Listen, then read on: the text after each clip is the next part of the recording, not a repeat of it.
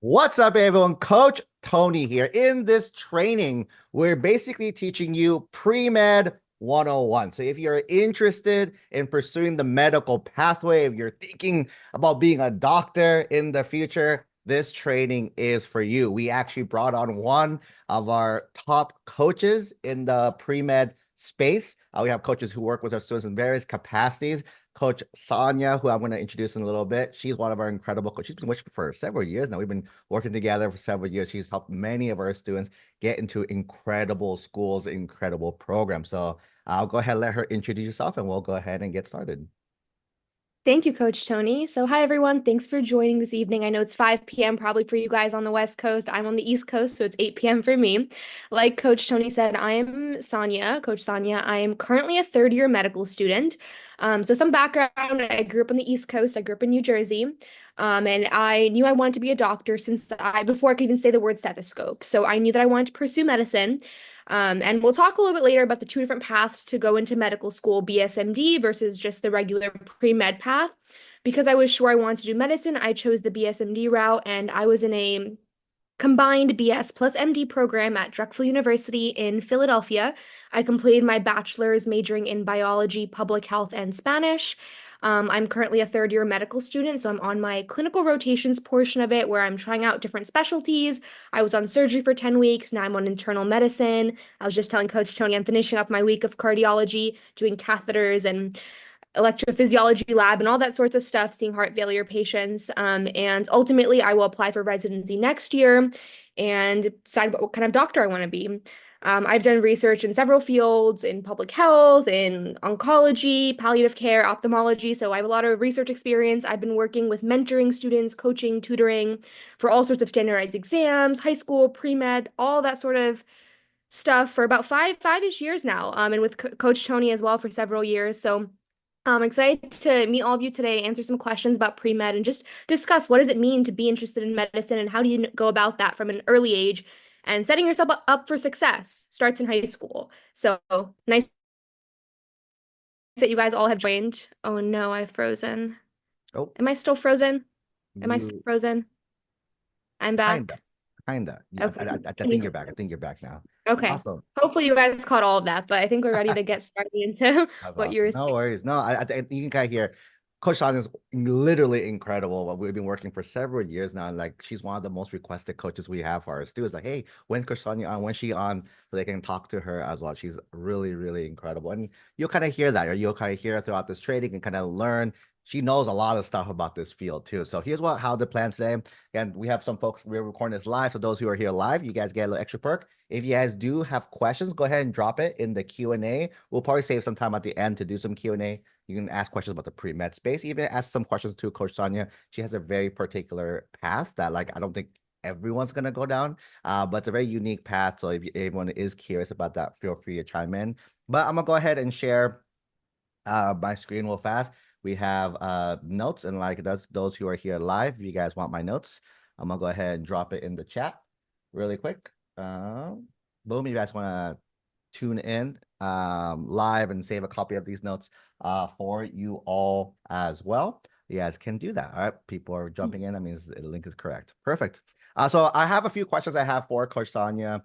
She'll probably kind of share her knowledge. I'll probably chime in a little bit, give some content for those who don't know me. My name is Coach Tony. I've been doing college admissions now for 16 years now. I've been helping students get into pretty much all their top schools from everywhere, public schools, private schools, Ivies, all over, not just in pre-med, but all the other fields too. So that's kind of where my background. I actually served as a former reader at UC Berkeley. That's how I learned the behind the scenes, kind of what it takes to get into certain schools. And I worked at UCLA as a director. And then I opened my own high school after that. And I've been doing college admissions for a very, very long time here. So let's kind of start back with the very intro question, right? Everyone throws, I think, the word pre-med around. Coach Sonia, first off, what is pre-med? So how would you define pre-med? Yeah, I think there's oh no. Am I frozen again? You, yes. Oh my gosh, I'm so sorry. Every time I end up having all these tabs open, give me 1 second. I'm just No gonna worries. close something out and then.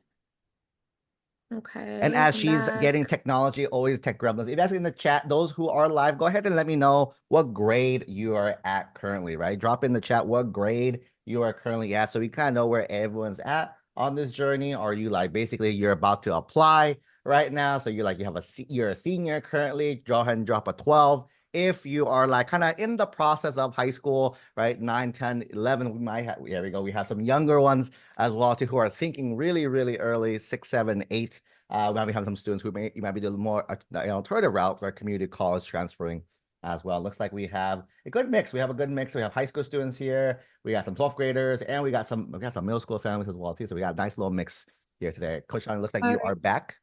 I am sorry There about you go. that. No So worries. So let's go ahead and go back then. So first off, how would you define what is pre-med? yeah, I think there's definitely a lot of misconceptions around pre-med, so it's great that we're starting with this. So pre-med isn't actually a major, it's a path that you're taking. It refers to an extracurricular and an academic path that you take starting from high school all the way through undergrad, and that's what will prepare you for medical school. It's a set of courses and experiences that align with the prerequisites for medical school. And most colleges actually have a pre-med advisor, and that pre-med advisor can also help guide you with what classes are available at that undergrad university that'll help you prepare for medical school. And along with the academics, you have those extracurricular activities that also, like I said, align with the path to prepare you for success in medical school. Awesome, fantastic. And for those who are tuning in, you see Coach John, we'll just kind of see chat. I'll just type. I'm trying to type as fast as I can. Try to get everything there here. Okay, so I'll go a little awesome. slower as well. Yeah. So when it comes to pre-med, everyone thinks like, oh, I'm a pre-med major. I'm like, no, just a list of things that you'll be doing. Let's actually talk a bit because this relates a lot to majors, right? So a lot of people think pre-med, think majors. Can you kind of talk about pre-med and majors? And then if it is not, which spoilers is not, right? What type of majors could students kind of consider for pre-med itself? Yeah, so here's the thing that shocks everyone. You can actually major in anything and go into medical school. You do not have to be a biology major, a chemistry major.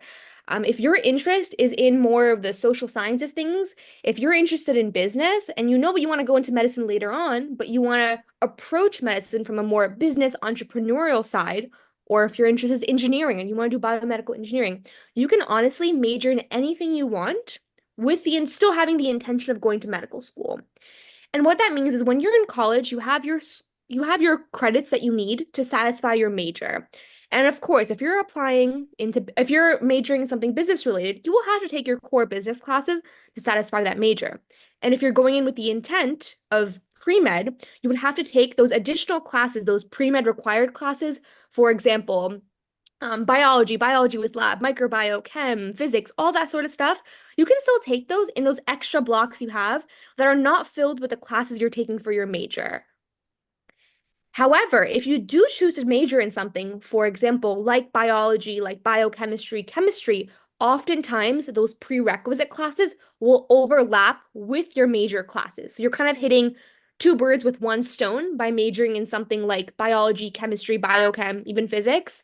But you don't have to. And oftentimes, for students that are applying to medical school, because it is so competitive, am I still here? Am I still here? You you I'm you're still you're so here. there. Okay. Yeah, Because it is so competitive, competitive. Uh-huh. oftentimes students who major in things that aren't the hard sciences, if they major in something like a humanities field, a business field, and then apply to medical school, it kind of gives them an edge. It sets them apart from the rest of the students who are all majoring in bio just because they thought it'd be more appropriate for going to medical school. Now that I'm in med school, I have so many friends that have majored in things like dance, the arts, business, and they kind of bring a different level of perspective to this to the discussions and cases that we have in medical school. And yes, they still got that same background in chem, bio, and physics to some degree that they needed for medical school, but they also have that cool other side they're bringing.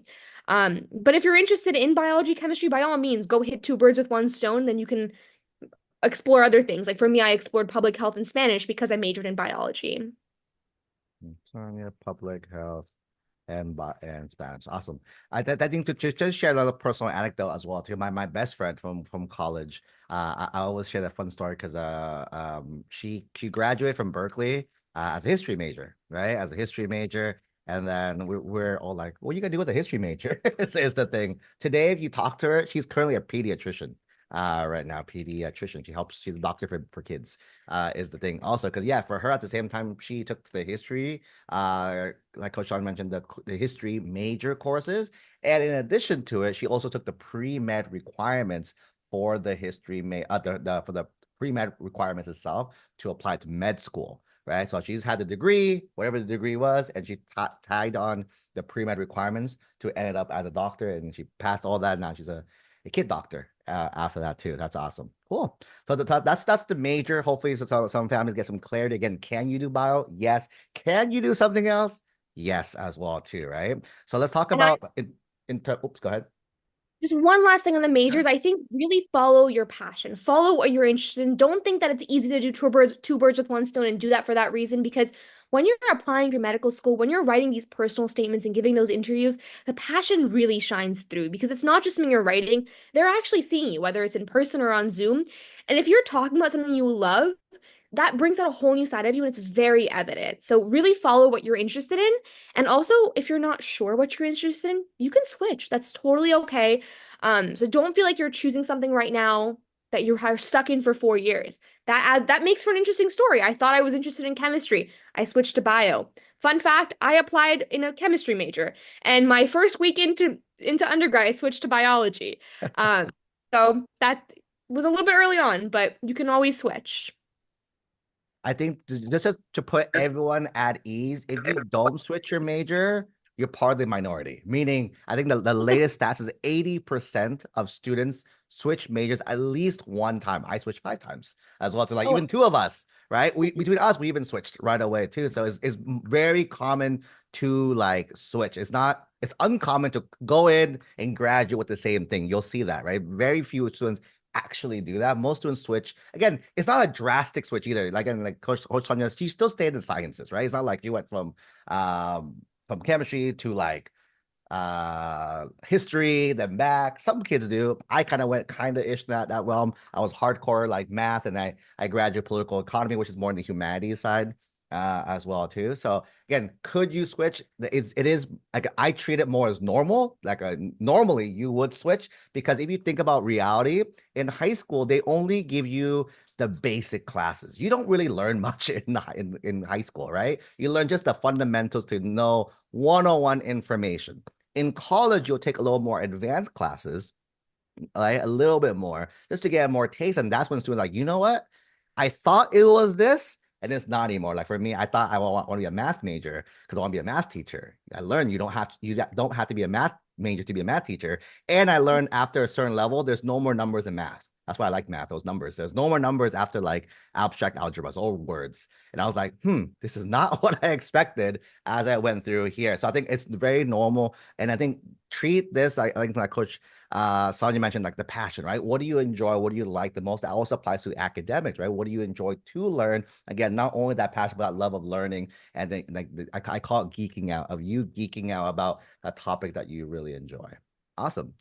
On the note of academics, Coach Sonia, we have students who are again, in high school, we have a pretty good mix right now of students from ninth grade to high school to senior year.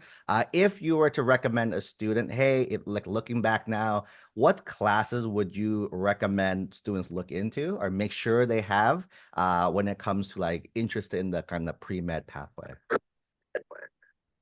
I think my video might be frozen right now. I'm gonna unfreeze my video. Sure.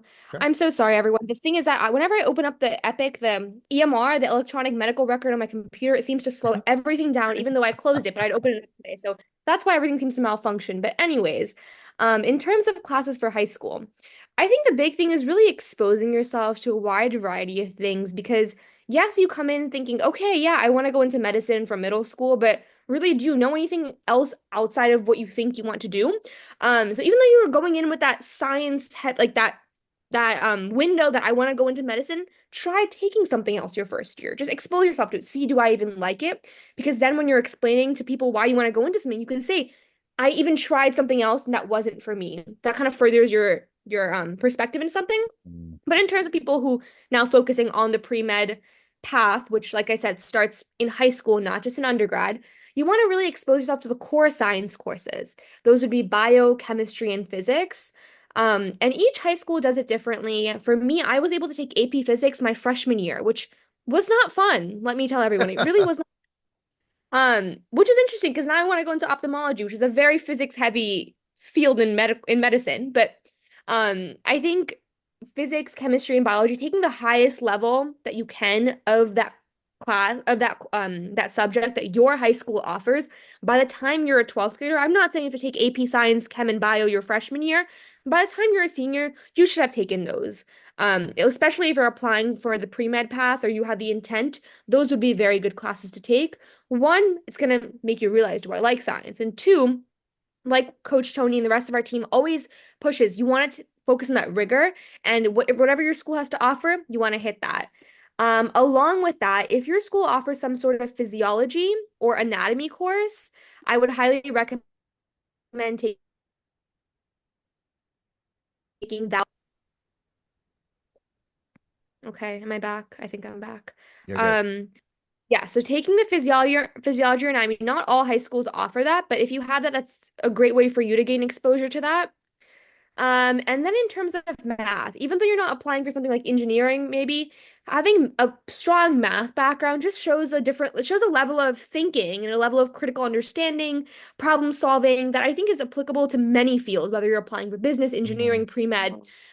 So having calculus done before undergrad is highly advised. If you can take AP calculus, even AB, if not BC, some level is recommended. And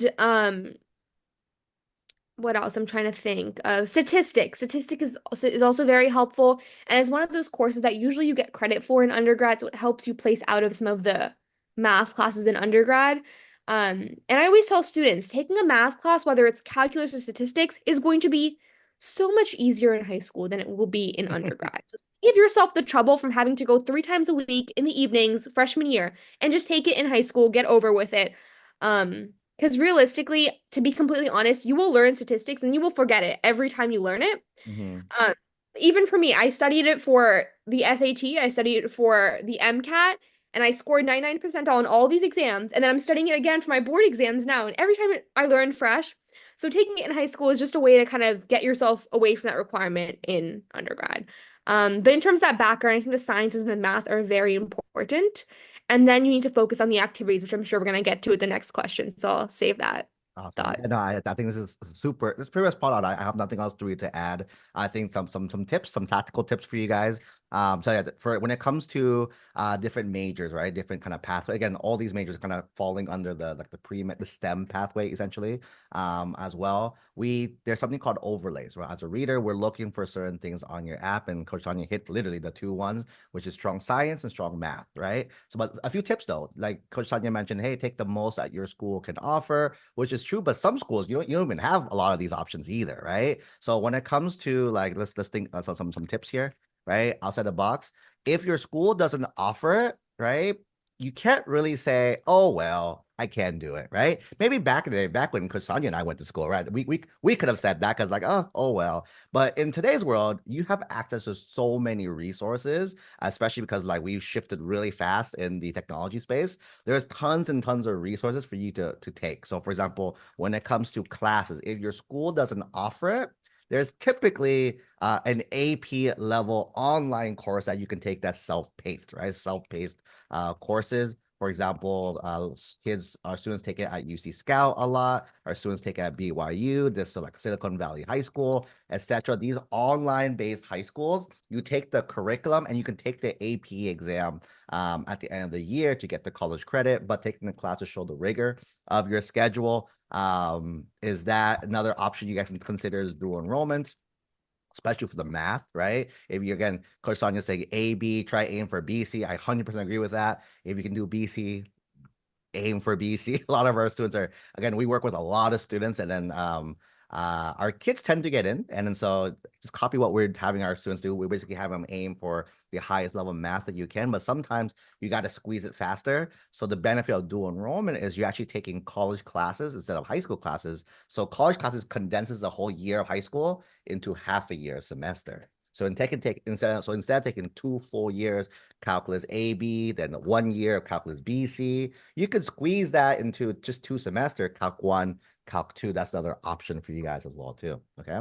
But yeah, 100%. I really like, yeah, nothing else I add. And those are my little thing that they don't feel you're restricted per se. Oh, my school doesn't offer it. Schools want to see you're being resourceful as well too. Are you gonna settle, right? And again, these are all the skills that they're trying to see. Hey, when you're a doctor and there's an issue, are you gonna be like, man, I never learned this. Oh well, I give up. No, right? Doctors like, let me figure out, what do I know so far? Like, how can I think of a creative solution for this as well, too? So again, that's the idea of being resourceful to demonstrate that to the colleges. Okay.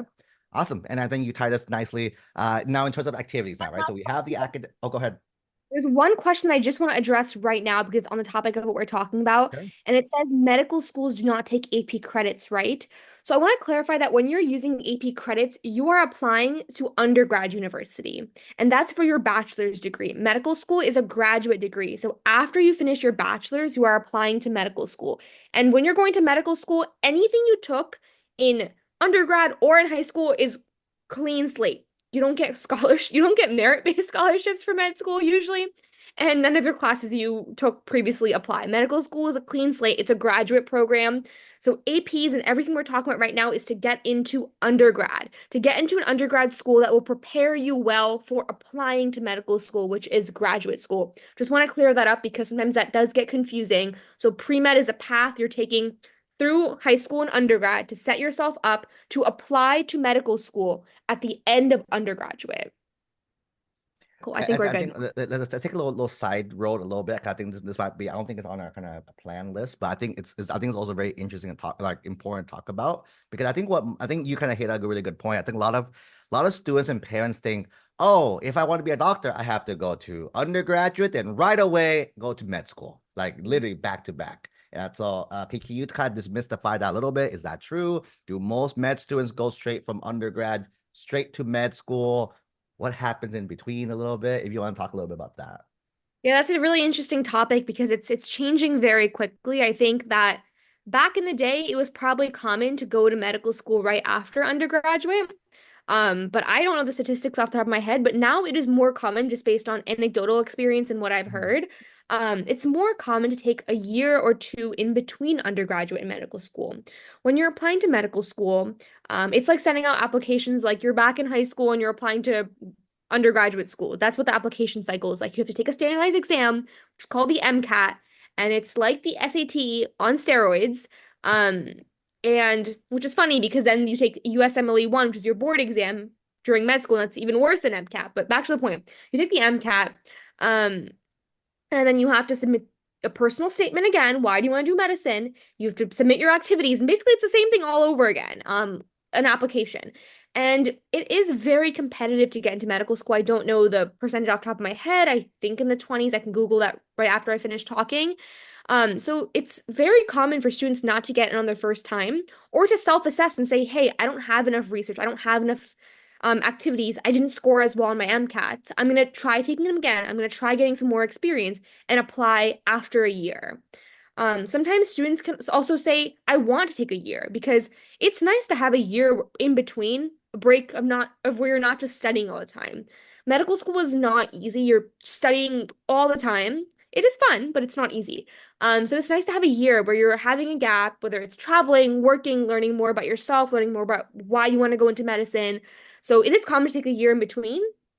In that case, you wouldn't apply for med school your senior year of undergrad. You'd not do anything your senior year of undergrad in terms of applying. You take a year, do whatever you want, and that year is when you apply and interview and all of that. So some students choose to apply, see what happens, don't get in, try again, or self-assess, wait, and then try again, try later. I think one of the things I put on another personal anecdote I'll share because when I used to work at UCLA, I worked a lot with UCLA students, and man, the students are smart. Like I was like, man, you guys make me look super dumb every single day. One of my the folks who worked in my team, he was a UCLA soon to be graduate, right? It was his fourth year, and then I think he had one A minus. And just fun fact for those who don't know, in high school, your plus minus don't matter as much. In college, it does. An A minus is actually a 3.7, not a 4.0. So it actually pulls it down, which is super funny, right? But so he had one A minus, but all A. So I think he finished like 3.99. And I don't know what the MCAT is out of, but I heard he missed like one, like not perfect. He was one score down from perfect, which is like unheard of. And we're like, holy moly. And then he did OSEF, he didn't get in. And that was like, that's when I realized, whoa, med school is hard. Because looking at his stuff, you know, like, oh yeah, for sure he'll get in as well too. His activities were there too. He did a lot of outreach stuff, a lot of bio things. What and it's a fun fact for Coach Sonia, maybe she'll knows as well too. What I think didn't get him was his interview. His interview wasn't the strongest as well too. He did stuff that like he looked perfect on paper. I think like this is the early, I think going back a little bit to the passion, right? I think you mentioned passion a little bit here, right here. Follow your passion. He's a very nice guy, super nice guy, uber smart. He's probably doing a lot of, he probably he did go to med school, so the next year, but super uber smart guy. Grades were there, test scores were there, activities were there. He couldn't like show his passion strongly in the thing itself. So I think it's one of those things like that's how life works now. Like life's gotta tell you again.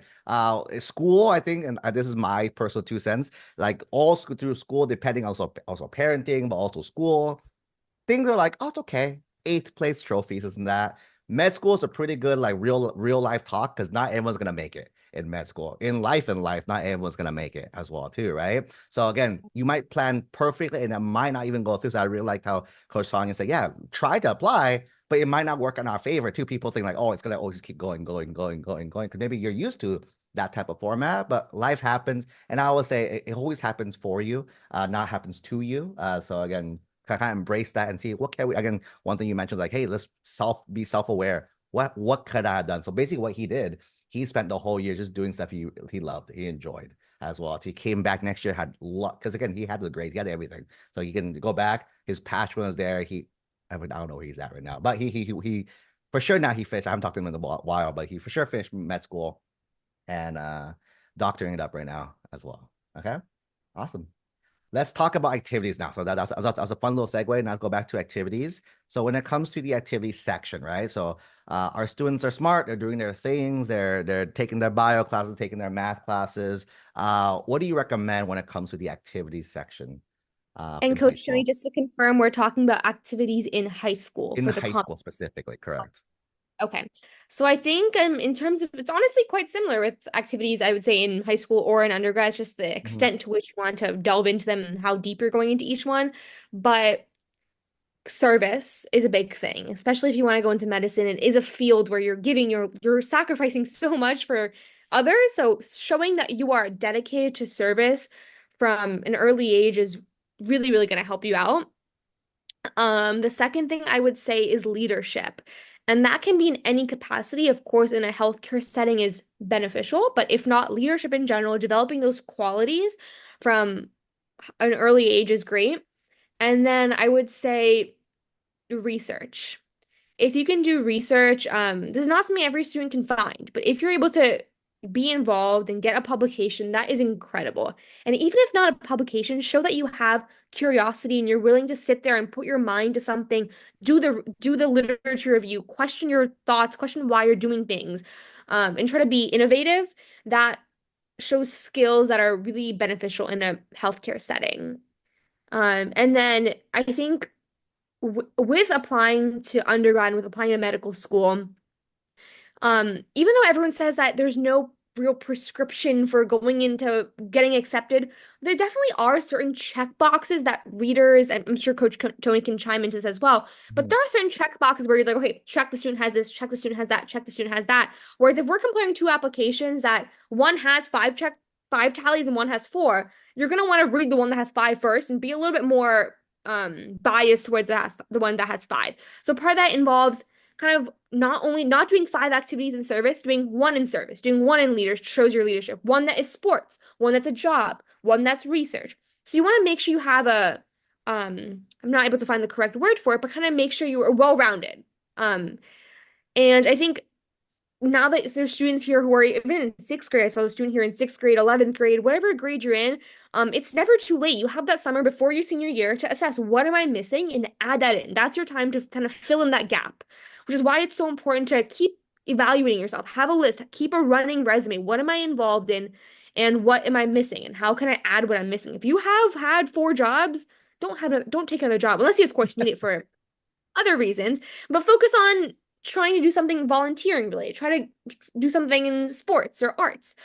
So have a wide array to show that you can be successful in different fields. You're willing to try out other things. But I think the main things I said for, like I said, for pre-med were definitely the service, the leadership, and the research in some capacity. No, I definitely love that. I think that's definitely some key ones as well too. I think the thing about activities, right? And the one thing you didn't hear Coach Sonia say is do things for the sake of getting in only. And because that's not really the purpose, right? Of this. I think going back, the passion, I think I want to carry it down here as well, because that's probably the biggest thing, right? Passion, again, when everyone is smart, when everyone is really good at what they do, this is the one thing that will set you apart from every other person out there, right? So yes, do the things, right? Do the service again, but it should be who you are. You shouldn't be kind of forcing it. I think, Coach Tanya, we can talk a little about your life in med school and this and that as well too. It's a struggle. Like I'm watching her and I'm like, man, I feel so bad. I'm not in med school and I'm like, man, that's tough as well too. But if I asked you, would you do it again? I think she's like in a heartbeat, because Yeah. that's the type of person that is gonna be ending up as doctors. Like we have a lot of students who end up being doctors as well too, and that's the same thing. They have that weird drive to put themselves into a lot of pain, mentally and physically. It does have to be very intrinsic. So I think that even with my friends, I've noticed the ones who are driven externally by their parents or by other reasons, they don't really have that same interest in it, and they're not as into it. And I have had friends who've decided they don't want to do med school. And even in med school, they decide to drop out. And that's okay because they realize their passion is somewhere else. And you're only really going to do well and serve your patients well if you have that intrinsic drive. And that I think it doesn't have to start from 5 years old when it started for me, but at least that dedication to wanting to help others and that service-oriented nature should start. And I think something that I do want to touch on that Coach Tony mentioned is do something because you want to do it. Even with, like I said, you want to hit those boxes, but even within service, there's so many ways to do service. If you're more into sports, you could volunteer to help students learn whatever sport, be a coach or a referee. I guess you get paid for being a referee, so not that one. But doing like coaching for basketball or soccer. If you like writing, you can have like a poetry club. You can start like an initiative. If you're into working with elders, you can work with it, like volunteer at the senior citizen center. If you want to be in a healthcare environment, you can volunteer in a hospital. I volunteered on the first aid and rescue squad in my town in high school. So there's so many different avenues to explore the main things that I said. Research. Research doesn't mean sitting and pipetting. Research could mean a clinical trial on mental health. Research can mean um, trying to understand what clubs, trying to do something like more school related in your school, assessing what students are enjoying, lunch options, what leads to better satisfaction.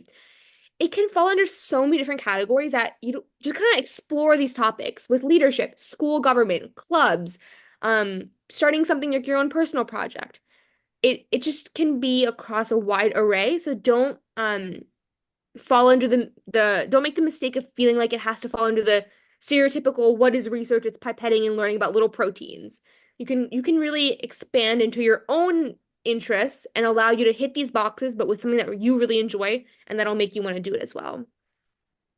I love that. Awesome. No, I I'm think like perfect. that's pretty much the big takeaway, right? We always tell our students when it comes to your activities, if you had to summarize it, there's only two things you have to have on your activities list, right? Things you really enjoy and things you think you really enjoy.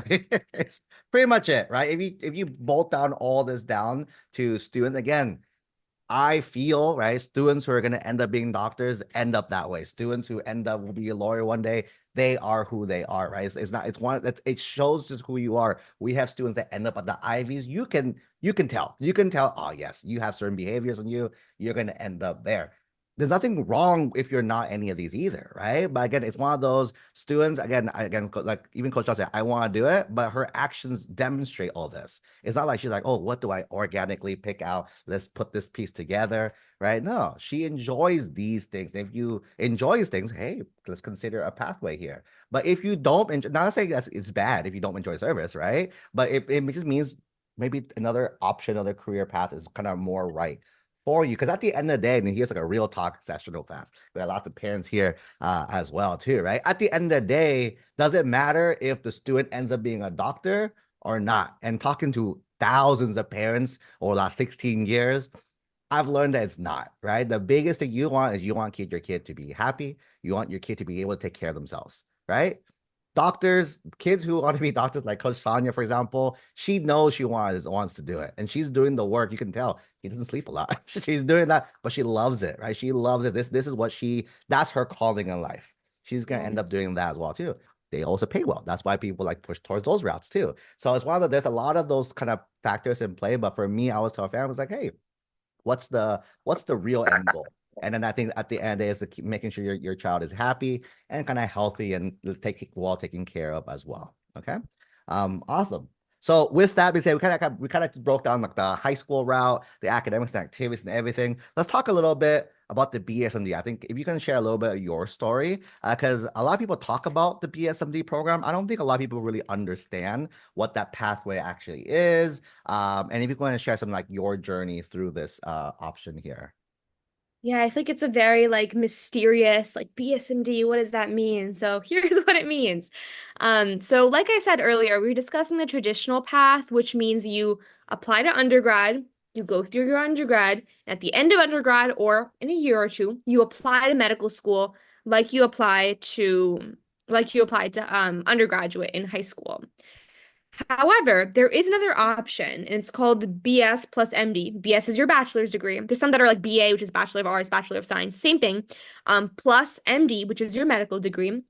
There's MD medical schools and there's DO medical schools, which I'm not going to get into right now because it's beyond the scope of this conversation. But most programs are BS plus MD. And the amount of programs in the country are slowly decline are on the downtrending right now. They're either 7 years or 8 years, or I think there might be one or two that are 6 years. So let's say 6, 7, or 8 years. More commonly 8 years, which is the same amount of time that it would take you if you did undergrad plus medical school. But with this program, you are getting conditional acceptance into medical school in high school. What this also means is that they're holding you to a different standard than they're holding their applicants they are admitting into the undergraduate university. They're looking for things they look at for in students they're accepting in undergrad. So they're holding you to a new standard, and you're also through this application process, you are also interviewing with the medical school while you are in high school. So yes, at 18 years old, you are going to a medical school and interviewing for medical school. Sounds daunting, is scary, but not as bad as it sounds. Um, and when I say conditional acceptance, what that means is that they usually have a few requirements that you have to keep up with and you have to maintain throughout your undergraduate time for you to matriculate into the med school at the end of your 3 or 4 years, depending on how long the program is. And each of these requirements is different per program. I can give a few examples from the program that I was in. So the point of me explaining BSMD is I was in a BS plus MD program. That's the path that I took to get to medical school. And I was at Drexel, like I said. Drexel used to be a 7-year program, meaning 3 years of undergrad, which is accelerated by 1 year. And then medical school is never less than 4 years. So that is never shortened. It's the undergraduate portion, which they usually consolidate by a bit. So my program actually was 8 year, the first year that my class was in it, because I think nationwide there was a trend that students are more successful in medical school after they have a full college experience or they have all 4 years, and get that outside exposure. So what Drexel did, which I think I loved it personally, is they made it an 8 year program and they also incorporated a co-op. And Drexel in general is a school that's famous for its co-op, similar to Northeastern. I'm not going to go into detail about co-ops right now because again, that's beyond the scope of this talk, but real quick, it's a 6-month period of time where you're working like an internship instead of taking classes, which I thought was super cool because as a pre-med at the time, I was able to get clinical research exposure and work with actual patients at Penn Medicine. So that was fantastic. But point being, with this program, I had certain requirements that I had to maintain throughout my time in undergrad to actually get that acceptance in medical school, which was conditional. And one of them was completing that co-op. There was a GPA requirement. I had to keep my GPA above a certain score. There was a volunteering hours requirement. There was a few essays that you had to write about your experiences. And then there was the MCAT requirement. So some BSMD programs have that MCAT requirement, and some have don't have an MCAT requirement. So MCAT, like I said, is that standardized exam that am I frozen? No, I'm back. So MCAT is that standardized, yeah, it's the med school SAT, exactly like Coach Tony said. So the way that my school had it was you have to hit a certain minimal score, you have 3 tries to hit it, and you also have to hit a certain subsection score within each section. So that means, for example, in terms of SAT, is that let's say you need a 1500, but you need to have at least a 725 in each, which means you can't get like a I don't even remember what it's out of. You can't get super high in one and super low in the other. I Yeah. don't remember the exact. I feel like it's changing.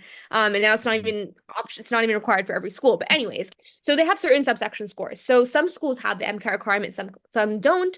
But big picture again, BSMD program means acceptance into medical school from high school, highly competitive programs. They have a 2% acceptance rate, and it makes undergraduate. Let's talk about pros and cons now. So pros are, of course, you have a bit of ease. You have some sort of direction. You know where you're going to be for 8 years. You also have a much more, I don't want to say relaxed, but you have many more options in undergrad to explore other interests instead of just doing things for that goal of applying to medical school. I was on a dance team when I was an undergrad. I traveled extensively. I backpacked across Southeast Asia. I backpacked across South America. Recently I backpacked across Europe, but that's not during undergrad. That was during med school. But I was able to follow my other interests and develop as a person. I had a cooking blog. I was super into that. Um, I worked with a superfoods company, but anyways, that's all extra stuff that I did. But I was able to do all these things because I had that guarantee that I know I'm going to get into medical school if I hit these, or I know I have my spot waiting for me if I hit these requirements. So I didn't have that same level of um unsurety. What's the word? Uncertainty is the word I'm Mhm. looking for. My brain's not working entirely right now, but that was definitely a benefit. And also, it was cool because I already knew what med school was going to be. So I was able to build connections with professors and academic professionals at that university in terms of research and even mentoring early on because I knew I was going to be there. I knew what city I was going to be in the same city for 8 years, which is fantastic. And also, we had a cohort. It's a group of 20 students that all go through this process together. So I was able to build some really, really good friends throughout undergrad that I knew would carry on with me in med school, and it's a good support system. So those were some really, really strong pros for me, I think, and for most students who are in such programs. And then cons, I guess, would be that you're limited to a sense. Of course, you can break your contract and apply anywhere else, but you are signing a legal contract, and that has implications in today's world and today's Mhm. society. So you are signing a legal contract. So that's something to keep in mind. Um, I can't think of too many other cons per se, Mhm. because at the end of the day, you can always, sorry, Coach No, Tony, go ahead. I think in terms of the cons, I think instead of cons, pros and cons, I think you did a pretty good job of selling the BSND because that's why everyone wants to do a BSND program. Can you Sure. perhaps share a little bit? What is it? Because I know we talk to this every single year a little bit, and I learn a little more about this space as well because this is new for me. But then what from your experience kind of going through this, what students would thrive from a BSMD school experience and what students let's explore the regular route for you because I think based on these factors and these things, you consider the regular route. I know you want to do BSD, but based on what I know about you, this is probably a better route. If you could kind of share like what's like who would benefit, like who, yeah, why would someone do a BSD and that's a good fit for them, or who would we recommend just going the traditional route for other students? Definitely. And I think But before I touch on that, one other like Yeah. limitation that also kind of does fall under what we were talking about is oftentimes these programs have, I can't speak for every program, but most programs have limitations or boundaries in what you can major in. So, Mm. like we were talking about earlier, if you have a passion for business, passion for arts, passion for psychology, actually, psych my school offered as a thing, but let's say like I don't know, something that's not biochemistry or physics. A lot of schools might not let you do that within the BSMB program, so there's limitations on your major. So now that falls well into the question we're talking about, who is this program for? If I could Hmm. unfreeze, okay, I think I'm back. Yes. So I think for students who are 100% sure that they want to do medicine and they have some realistic experience and exposure in the healthcare field, whether that's shadowing, that's volunteering in a hospital, having a close relationship with a physician mentor. Um, because I think in high school or early on, we have this idealistic view of what it's like to be in med school. Hmm. And I think even for me now, reflecting back, I think that I thought that it was going to be all sunflowers and dandelions and daisies and roses and flowers and lovely days every day. But there is a harsh reality to it. I'm on rotations right now. This is the hardest year of all of med school. When I was on trauma surgery, I was at the hospital at 4 a.m. every day. I was there till 7 p.m. Came back, had to study for 4 or 5 hours, which means I was sleeping at 1 a.m. and waking up at 3 a.m. And it was for those 2 weeks. It's not like a lifetime like that, but it's not easy. It's physically not easy. Mentally, you're dealing with a lot of really tough subjects. You're seeing people in very vulnerable states.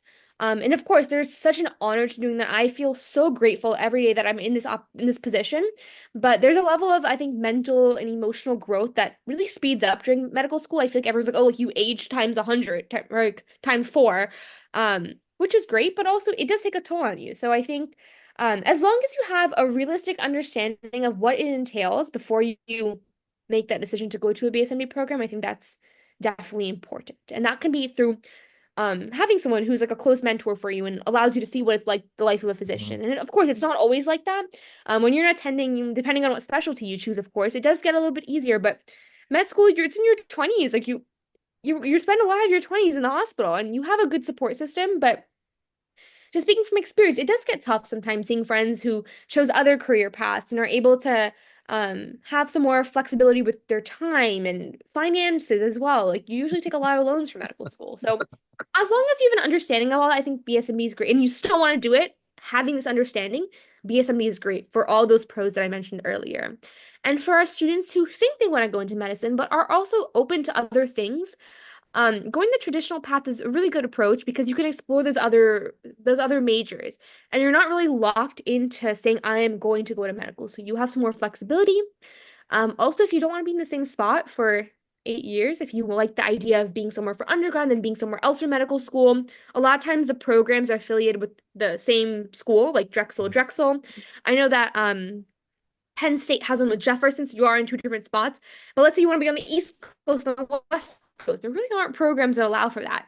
So if you want like more variability geographically, if you just want to kind of explore other options, doesn't mean you don't want to do medicine. Doesn't mean you're not dedicated. It just means that you're want to explore some more. If you want to take a few years between undergrad and medical school to, like I said, to travel, to do research, to learn more about yourself, then this program might not be the best for you either. And there are students who do such great things going the traditional path. There's students who do incredible things going the BSMB path. It's just two ways to go to medical school. And even for the students who think they want a BSMB program, like I mentioned, they're very, very competitive. So definitely try if you want it. And if it doesn't work out, that doesn't mean you're not going to be a doctor. That doesn't mean you're not going to be a good doctor. That just means that you're going to do it a different way. And that's okay. For students, I have a friend who has applied to medical school several times, and finally got in, and it was and the whole time it's not we didn't doubt the fact that she's going to be a doctor. It was just okay, take another year, do some more research, do this, do that. Grow more as a person, grow more for your patients. You're gaining exposure, becoming a better version of yourself for your future patients. So both paths are a great way to go. It just depends on where you're at right now. And I think like we've been touching on throughout this entire session, self-assess, reflect, and get that exposure to learn more about yourself and your own interests and see what's best for you. Awesome. Fantastic. We're gonna open up for some Q&A a little bit, but like one final quick question for you, Coach Sonia. We have a lot of parents who are here, either watching this live and watching the replay. We've been working together for a few years as well too. So you've seen your share of parents go through as well. What's your biggest kind of tip or advice to parents with kids kind of going through this college admissions process, thinking they want to go to med school and all that? So what's like one piece of advice you'd give to a parent specifically? To a parent, trust the child instinct. I know they're young. I know they're only 17, 18 years old, but I think even at that age, you have some sort of insight into what do you want to be? Mhm. And how do you want to be it? There's something about you even at that age that sparks it. And if the kid decides 4 years later that's not what they want, that's okay because it was their decision and you don't want them to be spiteful of you 4 years later. And just beyond that, like even I said earlier, I think that with a field like medicine, the drive really has to be intrinsic. It is not an easy path to go down. And I feel like I am so fortunate to have a village supporting me. My parents have been nothing but super supportive and like even when I get my medical degree, it's not that I got it, we got the degree. And I think they always said, pursue whatever you want to pursue. And there have been moments along the way where I've said, is this for me? I'm not sure. And they've said, if even if today you decide that's not for you, it is okay. Follow your gut, follow your insight. We'll just support you. And I really think my parents did that the right way. So I think that just let your student make that decision for themselves. And I think it's great as parents to be supportive and to show them different avenues they have and to say, Mhm. here is why I think this is good, that's good. But at the end of the day, um, don't make the decision for them. It's great to show them the options, express why you think one might be better than the other. I'm not saying to not make any comments, but let them kind of drive the boat. You can kind of show them the GPS, but let them at the at the end of the day hold the steering wheel. That's a great analogy. Thank you. I made that up on the spot. Yeah. Awesome. Once Cool. again, We have a few questions. We'll go through it fast. But before we do that, quick little plug. Coach Sonia is actually one of our incredible coaches. She hosts weekly office hours for our students inside of our program. So if you have to want to work with her, chat with her, and the rest of our incredible team, something that we're doing this week is we're opening it up. If anyone wants to, if you're not yet one of our coaching families, you want to do a free coaching call with our team just to see where your child's at. It's not a sales call. You can't actually buy anything on this call. We just want to see where you guys are at, do a quick little audit, give you some recommendations. And then after that, if you want to talk to our programs, they'll set up a second call to talk about programs, but just kind of see where you're at, give you some tactical tips. So I dropped it in the chat there. Okay. I think we have two questions right here, Coach Sonia. First question is, what are the options if we are in the BSMD but fail to maintain the requirements? yeah, in that situation, you unfortunately, I think it is school by school, but in general, the trend I've seen is I do know people who have not met the requirements at my school in the program. And unfortunately, you do lose your spot in the medical school. Again, that does not mean you're not going to be a doctor. That just means you're not going to go to medical school in that class, in that year at that medical school where you thought you were going to go. Mm. You can still apply. You can still send out an application and apply to other medical schools or apply to that same medical school, but just you have to send out an application now. You just don't have that automatic seat waiting for you. I think one more thing I did want to touch on with Sure. BSMD that I kind of realized my fourth year, which kind of falls into like a limitation bucket, is I took my MCAT my fourth year, or my third year actually, and Mhm. I scored 99th percent on my MCAT. And I was like, wow, that's a really, really good score. Mhm. I was higher than the average for Harvard, for Penn, for all these schools. And I was like, maybe I do want to consider just exploring other options for medical school just to see, because with every medical school, it's not just like their scores, it's also what does each medical school value and what connections do they Mhm. have to different residencies, fellowships. That's why this medical school could be a good match for you or not. It's not just ranking. So I thought about what if I want to be in a different city? What if I want to explore a different school? And I kind of assessed that because I had assumed that because I was in the BSMB program and I assumed I had that seat waiting for me, I didn't do all the research and all the other stuff, all the other pre-med little excess stuff that one would do if they're applying normally to pre-med. So even though I had that score that was above average from probably every medical school in the country, I didn't have all those same activities that would make me as competitive as an applicant at that year. Um, then, oh no, I froze again. 1 second. I think I'm back. You're back. I think. Okay. Yeah, so I didn't have all those activities that I would have had if I wasn't in the BSNE program, and if I knew from year one that I was going to be applying year three, I would have probably starting freshman year of undergrad, I would have been doing more activities. But because I Mm. thought, okay, BSMD, I can take a seat back. I didn't do all of that, which is okay. I didn't need to at that point. But then when I got my score, I was like, should I apply? And then I realized that if I did want to apply, then I would have to take a gap year probably, which at that point I didn't want to do. Um, so that just kind of ties into the question of what happens if you don't meet the requirements. Then you kind of have to reassess what activities have I done. Maybe take a gap year to fill in those blanks if you were in a spot like me where you didn't do all that because you assumed you had the spot, which I still had. Um, Mm. but you can still be a doctor. You just apply to other medical schools, and there's plenty in the country. So that's where you're at. Awesome. And last question here is, what's your recommendation for students who are interested in biomedicine but not very strong or confident in math? That's okay. I mean, that's okay. Um, like we touched on earlier, getting that math foundation is helpful.